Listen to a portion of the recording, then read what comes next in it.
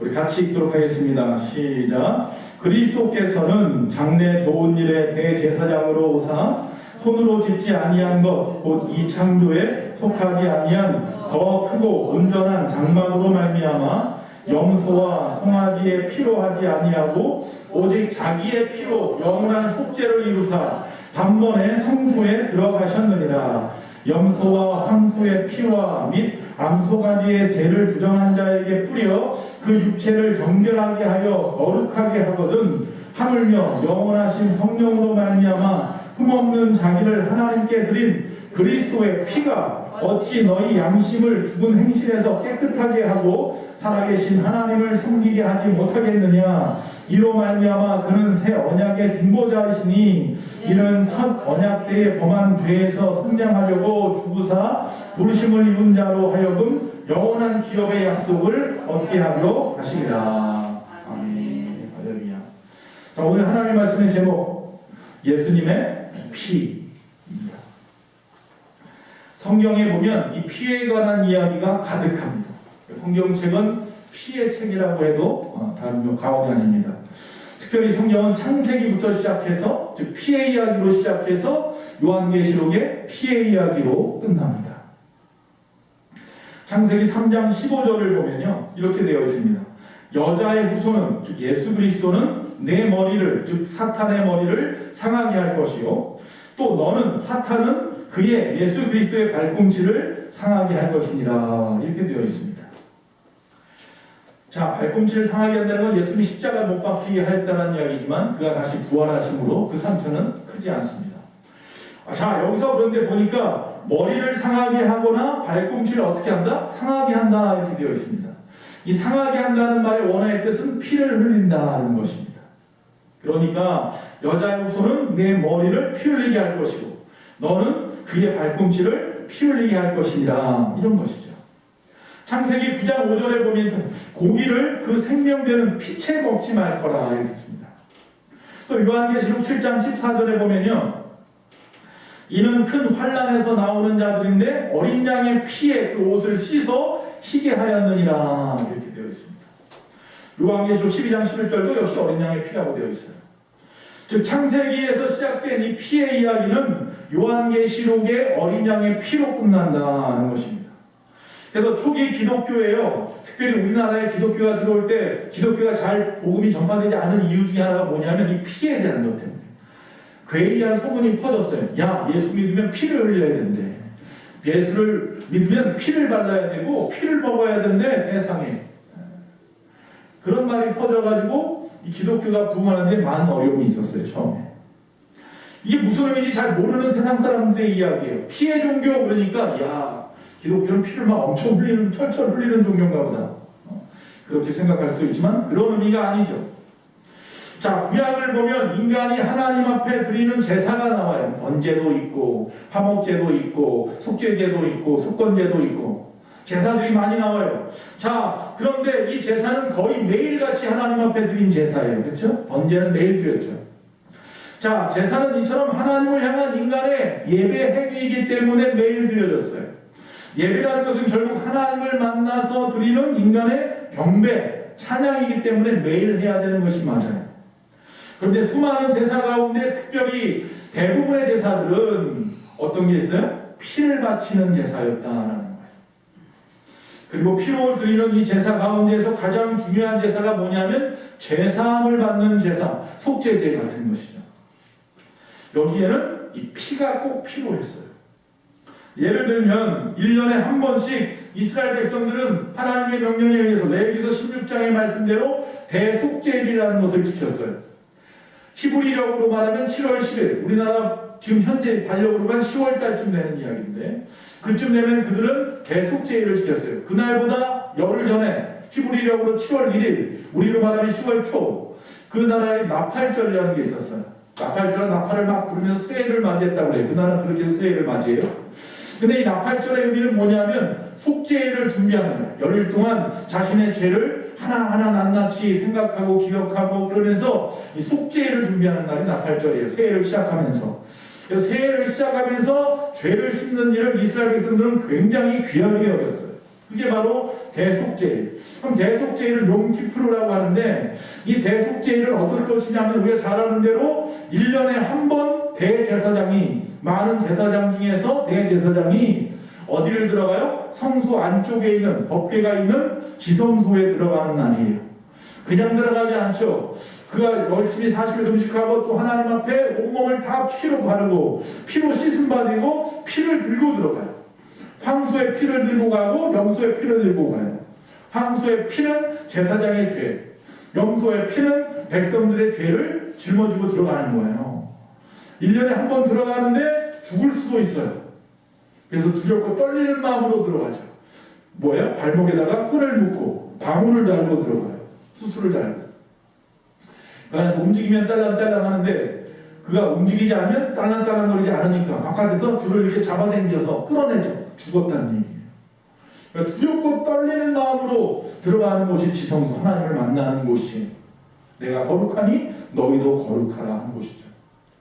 자, 대속죄일이 되어서 그가 그곳에 들어가서 하는 일이 바로 피를 대단에 뿌리고 하나님 앞에 자기의 죄와 임금의 죄와 이 백성들의 죄를 하나님 앞에 회개하는 거예요.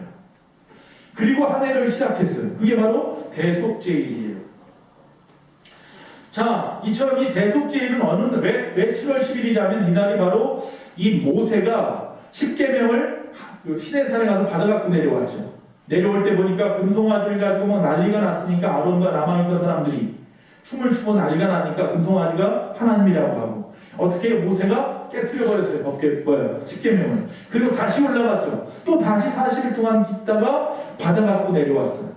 그리고 그 금송아지를 어떻게 했어요? 다 녹여가지고 다 부어서 가루 만들어서 다 먹게 했죠. 그리고 어떻게 합니까? 회개하게 했죠. 온 백성이 철저하게 하나님 앞에 회개했어요. 금송아지 숨긴 일에 대해서. 그날이 바로 대속죄일이 된 거예요. 그게 7월 10일이에요. 이 대속죄일날 앞에서 말씀드린 대로 피를 가지고 들어갔어요. 피가 없으면 사함이 없다는 것을 그때도 알고 있었단 말이에요. 피에 생명이 있다는 것을 그들은 알았단 말이죠. 레위기서 17장 11절에 보니까 육체의 생명은 어디에 있다? 피에 있습니다. 내가 이 피를 너희에게 주어서 단에 뿌려 제단에 뿌려 너희 생명을 위하여 속하게 하였나니 생명이 피에 있으므로 피가 죄를 속하였느니라. 할렐루야. 피는 뭐예요? 생명입니다. 피를 바쳐야 우리의 생명을 살릴 수 있다. 그래서 반드시 우리가 하나님 앞에 회개하는 속죄의 제사에는 뭐를 발라라? 예수 그리스도의 피를 바릅니다. 여기서 우리가 주목할 것은 그 당시 이 구약 시대에 이 죄사함을 받기 위해서 그들은 어떻게 했어요? 아직 예수님이 이 땅에 오시기 전이니까 동물의 피를 갖다가 바쳤다고 그랬죠. 제사 때 제단에다가. 그런데 이제는 예수님이 이 땅에 오신 다음 십자가에서 죽으시면서 물과 피를 다 흘리셨는데 그 피로 말미암아 우리의 모든 죄가 단번에 씻음바 되었죠.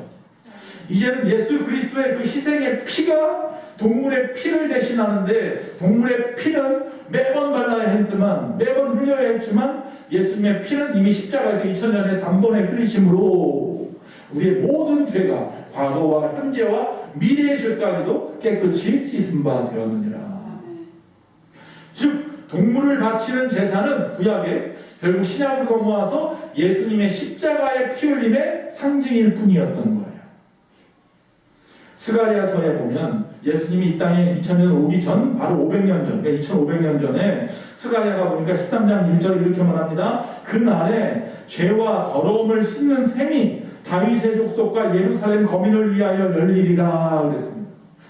뭐요? 죄와 우리의 모든 더러움을 씻는 샘물 같은 보혈. 할렐루야.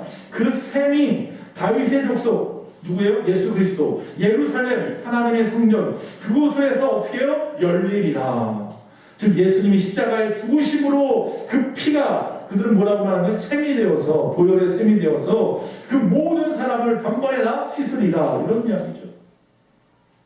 예수님께서 죄를 씻기 위해서 오실 것에 대한 예언이면서 십자가에서 흘린 피가 바로 온갖 더러움과 죄를 갖다 씻어주시는 것이다. 그것을 예언한 것이 스가랴서예요.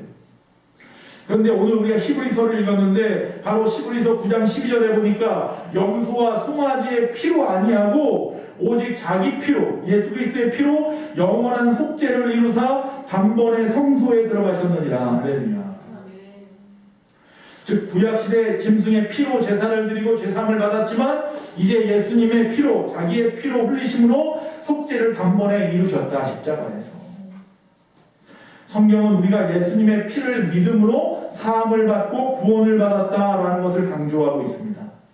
베드로전서 1장 18절에서 19절에 보니까 너희 조상의 유전한 망령된 행실, 너희 조상 때부터 계속 내려오는 망령된 행실, 다시 말하면 우상숭배 같은 것, 하나님을 믿지 않고 행했던 모든 망령된 이 행실들, 그것에서 구속된 것은, 너희들이 구원함을 받은 것은 은이나 금같이 없어질 것으로 한 것이 아니고 오직 흠없고 점없는 어린 양 같은 그리스도의 보배로운 피로 한 것이니라.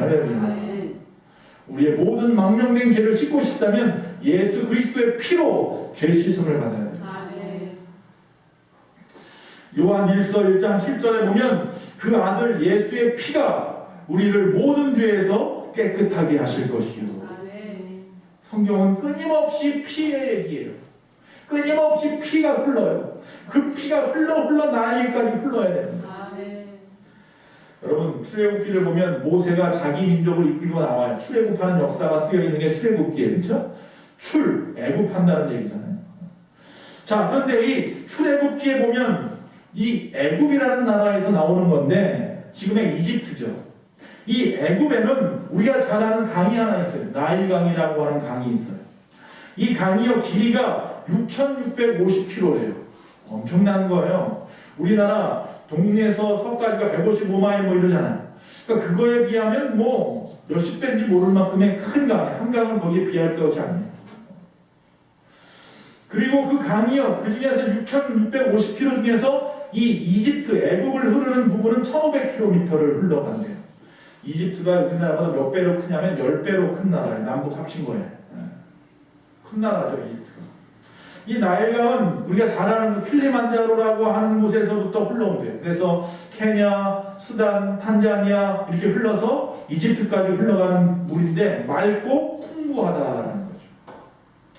그래서 이 나일강이 흐르는 곳에 룩소라고 있는데 지금은 카이로가 그 나라의 수도지만 그 당시는 룩소라고 하는 것이 그들의 수도였어요. 이 나일강 강변에서요 기름진 땅이었어요. 그 바로 옆에 고센 땅도 있는 거예요. 즉 이스라엘 백성들이 머물면서 종살이 하던 땅도 바로 옆에 있어요. 고센이라고 하는 땅도. 거기도 나일강 근처예요. 그러니까 그들이 열심히 일만 하면 먹고 사는 데는 문제가 없었어요. 그런데 하나님은 뭐래고요? 거기를 떠나래요. 왜? 그 땅은 하나님의 땅이 아니에요. 그 땅은 앞에서 말한 망령된 행실이 가득한 땅이에요. 세상의 땅이란 말이에요. 그곳에 있으면 먹고 사는 데 문제가 없을지 모르지만 하나님은 그래도 그 땅을 떠나랍니다. 하나님이 젖과 꿀이 흐르는 땅을 주겠대요. 이스라엘 백성들은 애굽에서 나와본 적이 없어요. 종살이 하니까. 그런데 젖과 꿀이 흐르는 가나안 땅, 우리네 조상 아브라함이 살았던, 이삭이 살고 야곱이 살았던 그 땅으로 간다니까 400년 전 그 땅으로. 기분 좋게 나왔겠죠. 자, 40년 광야 생활하면서 모진 고난을 다 받았어요. 그리고 나서 가나안에 막상 들어갔더니 젖과 꿀이 흐르기는커녕 광야예요. 유대 광야. 속았어요? 애굽은 기름진 땅인데 노예 생활을 해도 그래도 열심히 먹고 사는 데 부족함이 없었는데 야, 이 가나안 땅은 정말 촉박한 땅이네. 언제 이걸 다 읽어서 여기다가 뭘 심고 뭐라고. 그런데 놀라운 일이 벌어지죠. 이른 비와 늦은 비가 막 내리는 거예요. 할렐루야. 그들이 기도하기만 하면 하늘에서 비가 때에 따라서 내려서 그들이 무엇을 심든지 30배, 60배, 100배의 놀라운 결실을 맺는 거예요. 그래서 젖과 꿀이 흐르는 땅이구나. 애굽은 내 힘으로 살아야 되는 땅이었는데 가나안은 하나님께서 은혜의 담비를 내려주시는 땅이구나. 그래서 젖과 꿀이 흐르는 땅이구나.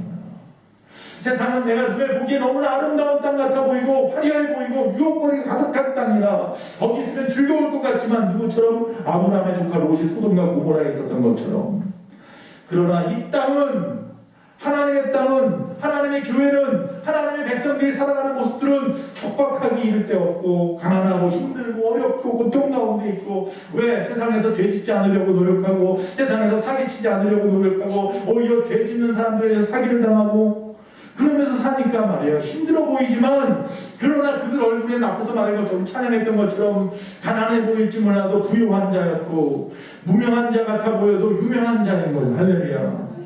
슬픈 일이 많아도 항상 기뻐할 줄 아는 모습 속에서 야, 저들은 도대체 무엇을 가졌길래 나는 금은보화가 이렇게 많아도 항상 부족한데 저 사람들은 가진 거 아무것도 없는데도 왜 저렇게 행복하고, 그런 가난에 살기 때문이에요.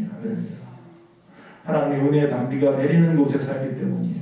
그래서 걱정이 없어요. 오늘 하루 한 끼 못 먹어도 걱정이 없어요. 기도하면 또 하나님이 주실 텐데, 다 하나님의 뜻대로 인도하실 텐데 선한 길로.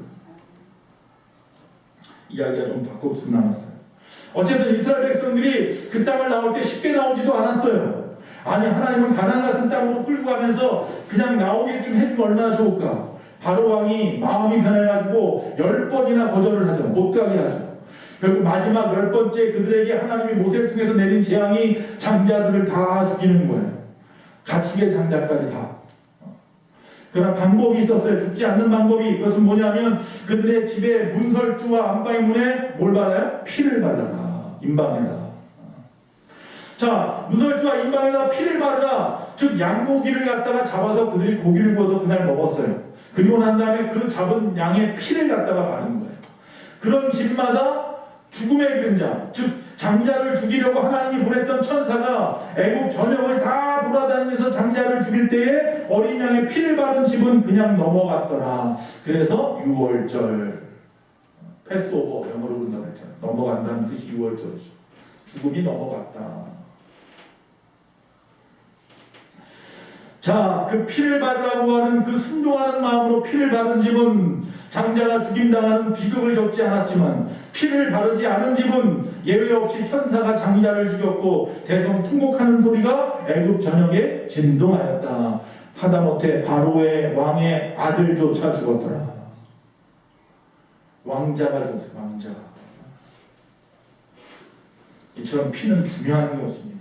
그래서 출애굽기 12장 13절에 보니까 내가 피를 볼 때에 너희를 넘어가리니, 하나님이 보낸 그 천사들이 각 집집마다, 우리 김삼영 안수 집사님 댁이나 소연양 집사님 댁이나 김혜경 집사님 댁이나 우리 김진실 집사님 댁이나 뭐 사모의 우리 집이나 이곳에 있지 않은 모든 성도님들의 그 집이나 지금 영상으로 예배드릴 모든 신령들의 그 집이나 그 집에 피를 바르면, 예수 그리스도의 보혈에 피를 바르면 죽음의 그림자가 그냥 넘어가리라. 네. 즉 이 피는 예수 그리스도의 십자가의 피를 상징하는 겁니다. 히브리서 9장 7절에 보니까 이 피는 백성의 허물을 위하여 드리는 것이다. 할렐루야. 또 22절에 보니까 피 흘림이 없은즉 뭐가 없다? 사함도 없다. 예수님이 십자가에 피를 흘렸기에 우리에게 죄사함의 은총이 있다. 이런 얘기죠. 출애굽 당시에, 출애굽하는 그 당시에 누구든지 어린 양의 피를 바른 사람은 구원을 받았습니다. 그러나 피를 바르지 않은 사람은 구원을 받지 못한 것입니다. 이 말은 누구든지 예수 그리스도의 십자가의 피를 믿는 사람은 구원을 받았다는 얘기예요. 즉 피를 바른다는 것은 직접 내 몸에다 피를 바르는 게 아니잖아요. 2000년 전 예수님의 피가 지금 나왔어요. 그럼 뭐 하는 거예요? 그 예수 그리스도가 십자가에서 나 때문에 피를 흘려 죽으셨다는 것, 그 피로 내가 죄사함을 받고 내가 구원을 받는다는 것을 믿는다는 얘기예요. 피를 바른다, 피를 흘린다는 이야기는 믿는다는 얘기죠. 믿음을 가져요. 히브리서 10장 4절에 보면 매년 그들이 하나님 앞에 황소와 염소를 잡아서 피를 드리고 죄를 완전히 없애려고 했지만, 매년 드렸다는 얘기는 뭐냐면 죄가 완전히 없어지지 못했다는 거예요. 또 죄를 짓고 또 죄를 짓는 그 죄의 문제를 완전하게 해결할 방법이 없더라는 거예요. 그래서 10장 18절에 보면 다시 죄를 위하여 제사 드릴 것이 없느니라. 히브리서 10장 18절에 누구의 피로는? 예수 그리스도의 피로는.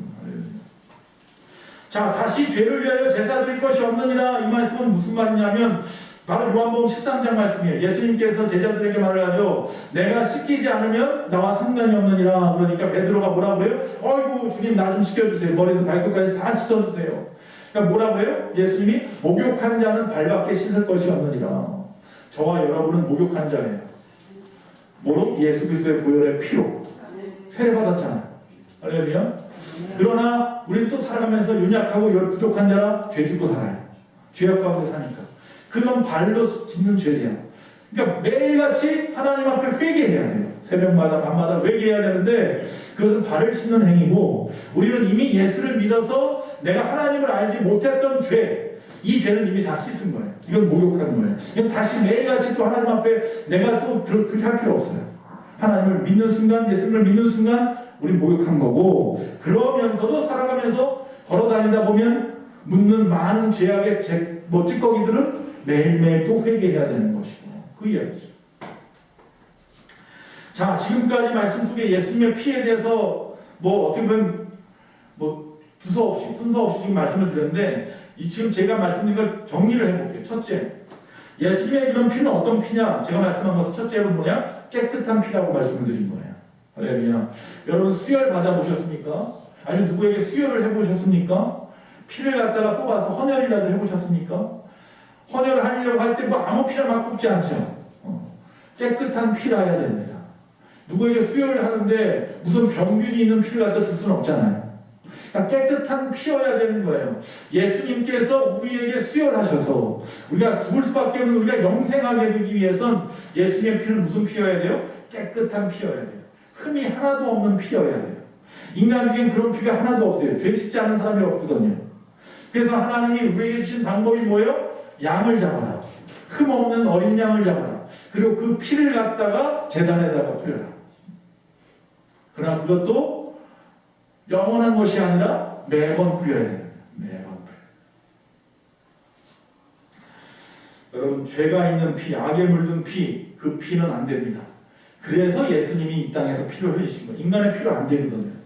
흠없는 양으로 피로도 한계가 있거든요. 그냥 그거는 방법이 아니라 상징일 뿐이잖아요. 내가 피를 흘리는 것에 대한 상징으로 양이 대신 피를 흘려주는 거죠. 그래서 양을 잡을 때 어떻게 합니까? 양을 가져온 사람이 그 머리에다가 안수하죠. 자기의 죄를 그 양에게 전가를 해요. 그러면은 제사장이 각을 떠서 피를 흘리죠. 그래서 죄사함을 받았다고 하나님 앞에 자신의 죄를 갖다가 이렇게 고백합니다 하는 것 뿐이었어요. 영원한 그 피의 제사는 예수 그리스도밖에 없었던 거죠.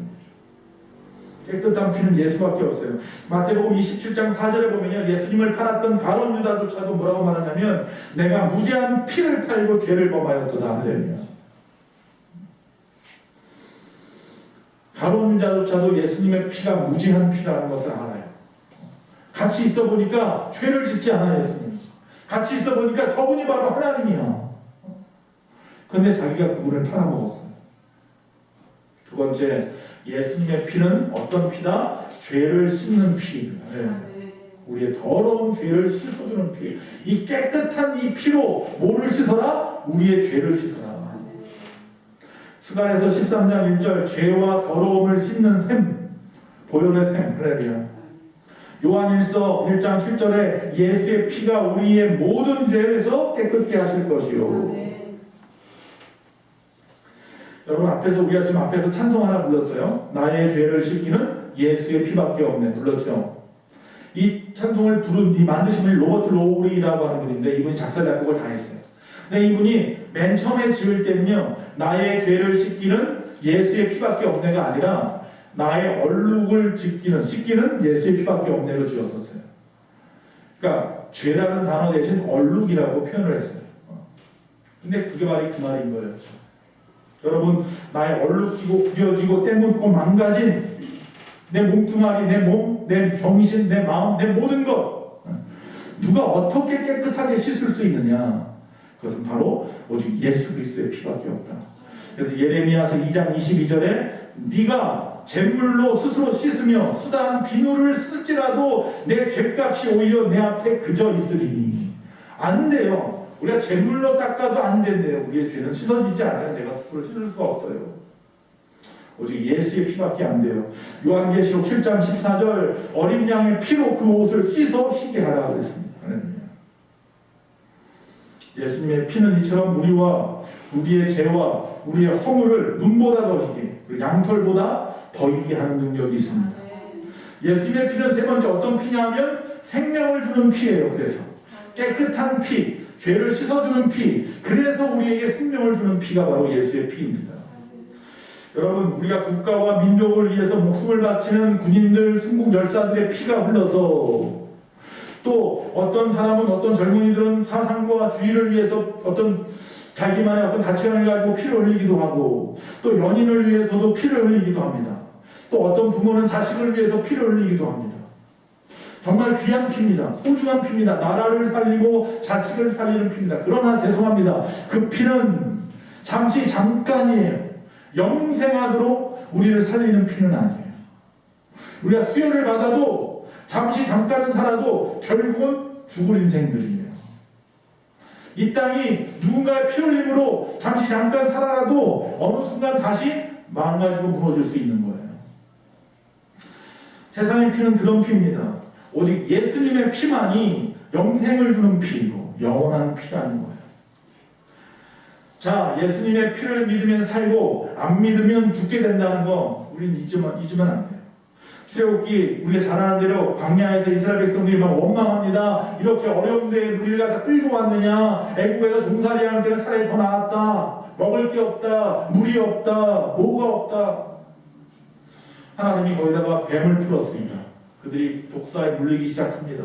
살려달라고 또 난리를 칩니다. 그때 모세를 통해서 하신 일은 노뱀을 만들어서 장대 높은 곳에 세우고 그 뱀을 바라보는 자마다 살리라 그랬어요.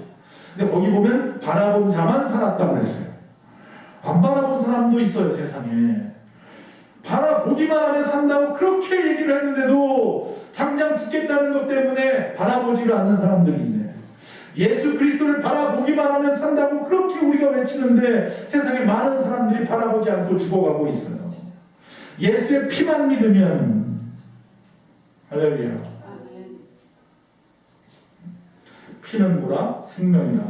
예수의 피는 우리를 위해서 완전히 단 한 방울까지 다 흘리신 피다. 말씀을 마치겠습니다.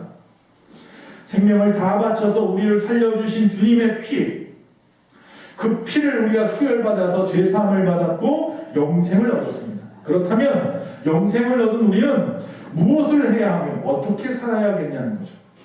예수 그리스도의 피로 죄사함을 받고 영생을 얻은 우리는 어떻게 살아야 됩니까? 우리도 흘려보내야 되는 거예요, 세상에. 주 예수 그리스도의 보혈의 피를 나만 받아서 딱 막아놓고 가두리 딱 양식장처럼 가둬버리는 게 아니라 세상으로 흘려보내야 되는 일을 우리가 해야 돼요. 또 자, 아프리카의 선교사 하면 리빙스턴이라고 유명한 분이 계시죠. 위인전으로도 많이들 읽어요. 근데 그 리빙스턴 아프리카 선교사님이 결국 열병에 걸렸어요. 열심히 복음을 전하다 열병에 걸려서 사경에 헤매고 있었어요. 그때 친구 스탠리라고 하는 그 선교사님이 찾아와서 이제 그만 아프리카를 떠나게. 이제 고향 가서 쉬어. 그때 리빙스턴이 뭐라고 말했냐면 아니야. 나는 하나님과 약속한 일이 아직 다 안 끝났어. 자, 그리고 난 다음에 스탠리가 떠난 다음에 하나님 앞에 기도하고 일기장에다가 뭐라고 썼느냐면 이렇게 썼어요. 나의 주님, 나에게 생명을 주신 주님, 내 모든 것이 되시는 주님, 이제 내가 당신에게 나의 모든 것을 드리겠습니다.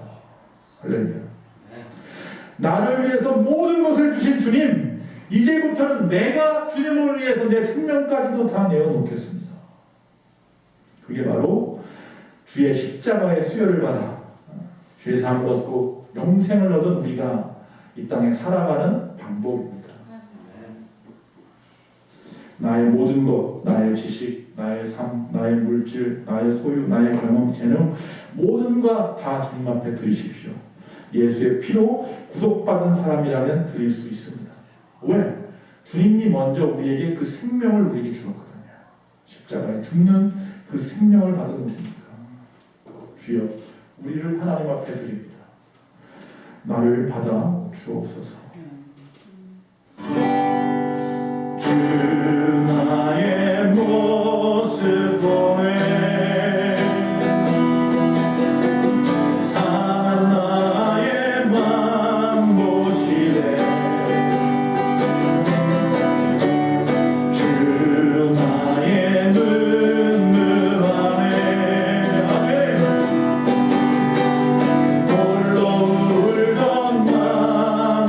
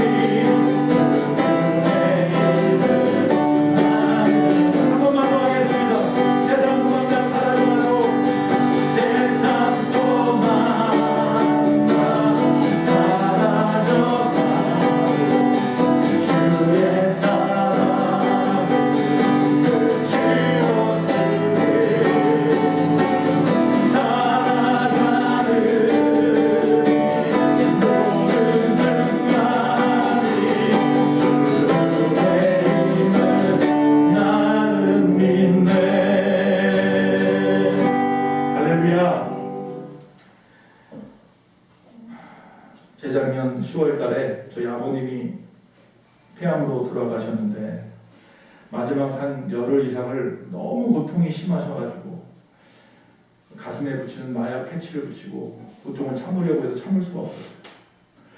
근데 아버님이 그걸 참아내시는데 끊임없이 뭐라고 말씀하시냐면 예수의 피, 예수의 피. 다니시는 교회 담임 목사님이 며칠하고 가르쳐 주었대요. 아프면 고통받을 때마다 예수의 피, 예수의 피 외치세요. 참을 수 없는 고통 가운데서도요, 마지막 그 숨이 먹는 그 순간 같은 그때까지라도 끊임없이 뭘 외쳤냐면 예수의 피를 외쳤어요.